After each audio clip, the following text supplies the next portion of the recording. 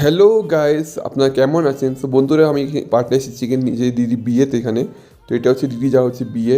So বিয়ের এখানে হলো এখানে ছোটো পুজো এখানে। আর পুজো হওয়ার পর আমি বেরিয়ে এলাম ব্যাঙ্কোয়েট হল যাওয়ার জন্য, এখানে দিদি বিয়ে হচ্ছে। তো স্কুটিতে বসে প্রায় আমি 20 মিনিটে পৌঁছে এলাম ব্যাঙ্কোয়েট হলে। আর এই ব্যাঙ্কোয়েট হলে আমার দিদি বিয়ে হবে। সো এখানে আমি তারপর রেডি হয়ে গেলাম এখানে। সো দেখে বলবে কেমন দেখতে যাচ্ছি। আর তারপর দেখলাম যে এখানে আস্তে আস্তে করে লোক আসতে শুরু হয়ে গেল এখানে। সো তারপর কিছুক্ষণ মধ্যে পর এখানে বরযাত্রীর লোক এখানে আসতে শুরু হয়ে গেলো এখানে। আর তারপর আমি 4টে ভাই মিলে এই দিদিকে আনলাম।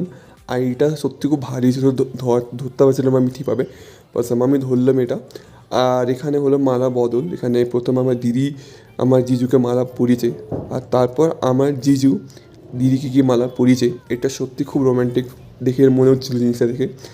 আর তারপর ঠিক 12:06 এখানে বিয়ে হওয়া শুরু হলো এখানে। এখানে দেখছি বিয়ে হচ্ছে এখানে।